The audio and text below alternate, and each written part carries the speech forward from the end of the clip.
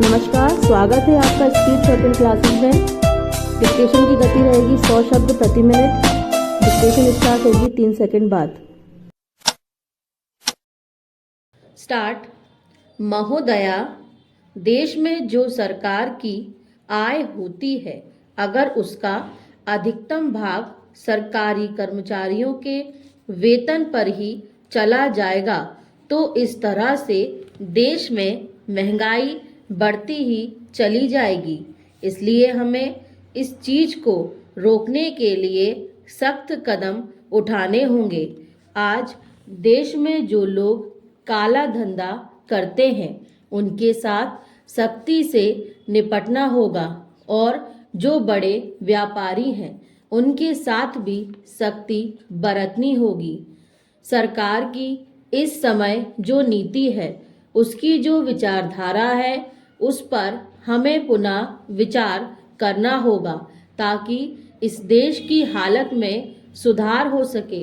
20 करोड़ रुपए का अनाज जो बाहर से मंगाया जा रहा है, इस पर मुझे कोई आपत्ति नहीं है। सरकार ने एक बार अनाज का व्यापार अपने हाथ में लिया था और उसके बाद फिर सरकार ने व्यापारियों के भरोसे पर इसे छोड़ दिया, लेकिन व्यापारियों ने सरकार तथा जनता को धोखा दिया और उसका परिणाम यह हो रहा है कि अनाज के दाम बहुत ज़्यादा बढ़ गए हैं और वह जनता को आसानी से उपलब्ध नहीं है। इस संबंध में सरकार ने अभी तक जो कदम उठाए हैं वे भी सहायक सिद्ध नहीं हुए हैं। पैराग्राफ।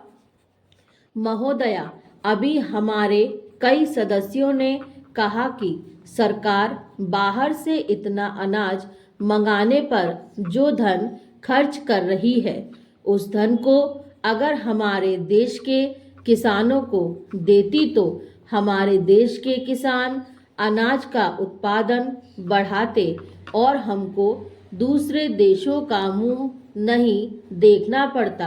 इसलिए मैं चाहता हूं कि अनाज के संबंध में हमारी एक साफ और बिल्कुल स्पष्ट नीति होनी चाहिए। किसान को क्या चाहिए वह हमें दे और किसान से क्या लेना है उसका मूल्य निर्धारित करें। इसके लिए हमें एक राष्ट्रीय मूल्य नीति का निर्धारण करना होगा। किसान का क्या खर्च होता है अनाज उत्पादन करने में और उसको किस भाव पर दूसरी चीजें मिलती हैं, इन दोनों में तालमेल होना चाहिए। किसान गेहूं पैदा करे, किसान चना पैदा करे, किसान गन्ना पैदा करे तो उसको कुछ तो लाभ होना चाहिए।